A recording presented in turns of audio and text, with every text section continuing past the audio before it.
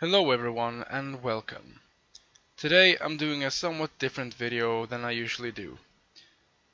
Because a few months back a friend of mine claimed in all seriousness that the movie Aliens, you know, the praised sequel to a masterclass horror movie, is an action comedy and not an action suspense movie. Let that sink in for a few seconds. At first, when I heard this, I was appalled, even shocked. I couldn't believe my ears. Now, after a few months of contemplation, I think it would be fair to analyze whether his statement holds any merit or not. Before we can dive into Aliens, though, we need to establish what actually makes a comedy. What defines them? The easy and quick answer is if the film evokes laughter. However, this doesn't help much, since films that are clearly not comedies can still make you laugh, and a bad comedy that doesn't make anyone laugh is still considered a comedy. So, what about premise? Does that define comedies? To a certain extent, yes. The premise has to be open enough to some kind of comedic situation, and the premise must allow for the characters to interact with each other and the environment in a comedic or at least fun way. Now, this doesn't cover everything, since parodies often have the same premise as the genre or film they are parodying. Perfect examples would be Young Frankenstein and Shaun of the Dead. Now, Young Frankenstein is about reanimating dead bodies, and Shaun of the Dead is about a zombie apocalypse, both pretty much identical with the source material they are making fun of. So, although premise gets you far, what really defines comedies is scenario and execution. A parody does have the same premise as the source material, but it is presenting it in a different way. More specifically, it takes scenarios and twists them to evoke laughter. Now, this goes for all comedies. There has to be scenarios set up that could have a fun angle to them. Preferably complete setups and punchlines or payoffs. It doesn't matter if the humor falls flat like in an Adam Sandler movie. As long as the situations presented show signs of trying to tell jokes to the audience, a film can be considered a comedy. However, it does have to be consistent also. It's not enough to have one funny scene and then go back to something serious for the rest of the movie. And there are of course unintentional comedies, such as The Room with its awkward acting and editing style, but that's a completely different subject matter. If there is a consistent tone of playing with humorous ideas, what we would be looking at would absolutely be considered a comedy. With all this being laid out, I think we are ready to jump right into Aliens and see if any of this actually applies. So the film starts thematically exactly where the first movie left off. Ripley is drifting in space after having survived her encounter with the title character. So she's brought to a space station orbiting Earth, and we learn she has been asleep for 57 years. We learn through a gruesome awakening scene that she is traumatized and scarred by her encounter. Since the first Alien movie was a true horror movie, and we saw the terrifying things the alien did, we understand Ripley's state.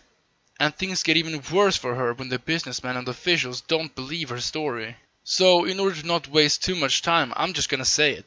The first 20 to 25 minutes of the film are undisputedly not comedy. There is nothing to laugh at if you took the first film seriously at all. The only way you could consider it humorous would be if you just don't take science fiction films seriously to begin with. So Ripley is asked to return to the planet where she found the alien, and she agrees. So the discussable part of this film starts right when the Marines wake up. They pretty much right away start being kinda goofy. I mean, the first thing the sergeant does is put a cigar in his mouth. And then you have the breakfast scene where the Marines pretty much joke with each other non-stop. So let's see if this scene falls in with any of our definitions on comedy. So the premise so far is a serious one, although the Marines are taking it very lightly. However, this is not a designated comedy scenario. The jokes the Marines tell each other doesn't have setups and payoffs the audience takes any part in. They're just jokes the squad tells each other, and that is key here. We aren't really being told the jokes as much as the Marines tell them to one another, and as such, these early scenes on the ship are setups for fun characters rather than something funny. As I said, these friendly banterns doesn't really have any setups or actual punchlines. Okay, so what happens next? Well, the team lands on the colony ready to investigate, and when they reach their destination, they actually tone down on the jokes among themselves. And we, the audience, get to see them secure the colony very much by the numbers. I want this thing to go smooth and by the numbers. Yeah, that's what I just said. Anyway, Hudson keeps making some weird remarks, but that's not far from something Brett or Parker would have said in the first movie. So they find the girl Newt, who Ripley immediately forms a connection with. Now this part makes perfect sense if you watch the special edition of the film, since we in that version learn that Ripley actually had a daughter, who she lost. The team eventually discovers where all the colonists have gone, which is right under their atmospheric reactor. So the team goes over there to investigate. At this part of the movie no one is making jokes, not even Hudson. This makes sense from a thematic perspective, as the director James Cameron most likely wanted to build up some kind of tension for this part, mirroring the thick atmosphere from the first film.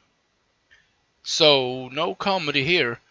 The Marines sees for themselves what the Xenomorphs can do, and the action scene that follows seems to axe off most of the Marines. Much like the first movie, they don't show you all that much of either the Xenomorphs or what is happening, instead putting us in the perspective of Ripley, which helps add even more tension due to her past experience with the Xenomorphs. So a few Marines survive, and they all hold up in what's left of the colony. So everything has gone to shit, and the team tries to figure out what to do. As of yet, I haven't found a part of the film which wholeheartedly feels like a comedy. It is certainly ironic how cocky the Marines were beforehand and how much they get beaten, but I'm not sure that is comedy.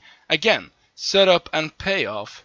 There is nothing funny about the Marines being killed by the Xenomorphs. But back to the present. So the survivors try to figure out how to survive, while Hudson pretty much loses it. To a degree, he is annoying, but it fits the situation in a serious way. Hudson was the one who was most sure of victory, so it makes sense that he would lose it the most. Besides, we have Ripley call him out on his bullshit. If this part was going for something comedic, then Ripley just interrupted and ruined the entire joke. So we get some morale discussion with Burke, who, just like Ash in the first movie, wants to bring the creature back home. This creates more conflict for sure. Comedy? Not so much. I mean, people died because of Burke's decision to send colonists to the derelict ship. That's dark, if anything.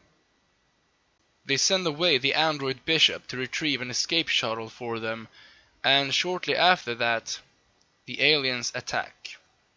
Now the lights, the music and acting helps make the scene absolutely nail-biting, both with action and suspense. And in the attack, Hudson gets killed. And to be honest, it seems the last drops of potential comedy died with him too. Really, after the Marines' first encounter, every single character more or less stopped saying things that could be linked to comedy. The closest thing we had to that was Hudson before he was killed, but his comments are for lighting up the mood of an otherwise serious situation. Like I said in the beginning, it's about context, and a few fun remarks doesn't affect the overall atmosphere. Ripley and Hicks has a few nice character moments, but those aren't really funny. They are building character, which is not different than a scene in something like Goodfellas. It's meant to give us insight into who those characters are. But I digress, because we're closing in on the climax. So Newt gets taken by the Xenomorphs and Ripley decides to go in and rescue her. And the entire time we are at the edge of our seats, because we don't know where the Xenomorphs are. They could show up at any moment. And so at this point we are really just watching straight up action with elements of suspense. Ripley finds Newt right in time, but is also confronted with the Queen alien. In terms of suspense, it was a clever move to introduce an even bigger threat than the regular aliens, since it is a sequel after all. Once again, nothing to laugh at here. It builds on what was already there in the first movie. Well, okay, to be fair, Ripley's face when burning and shooting the eggs is somewhat funny.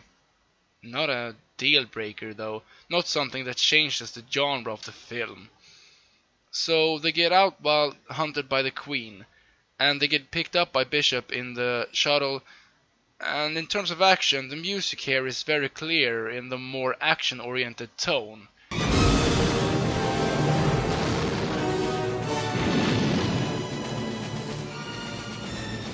Action, but nothing funny.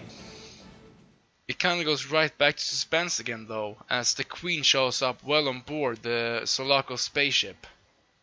We get one final showdown between Ripley and the power loader and the Queen. Although the design of the Queen certainly is terrifying, the battle is very much action. Very good action, in fact. And when the fight is finally over, we get one witty comment from what's left of Bishop. Not bad for a human. His comment is an action one-liner, something that would fit perfectly in an Arnold Schwarzenegger Terminator movie, so a fun line for sure, but it's simply a clever remark to ease up the mood, not really make us laugh. At this late in the movie, that's as close as we get to comedy. Then they all go to sleep and the movie is over. Looking back, I kinda have to apologize for the fact that this wasn't much of an analysis, but rather a simple breakdown of the plot. But in terms of comedy material, there is barely anything to talk about. Outside of the first scenes with the Marines, all the so-called comedy elements are just a few snappy remarks between bros. So our outline of what makes a comedy didn't come that in handy, unfortunately, but maybe I'll have use for it in another video. Anyway, I think it is important to take different opinions into consideration and see if they hold any merit. That Aliens is an action comedy doesn't seem to. It is action for sure, as we've seen multiple times, but the only way to classify it as a comedy would be to undermine the tension of the first movie also, and that is something the friend of mine wasn't willing to do, and so thus we get to the end of this little analysis of mine. If you found this video interesting, please leave a like and subscribe for more content from me here at Phoenix Productions.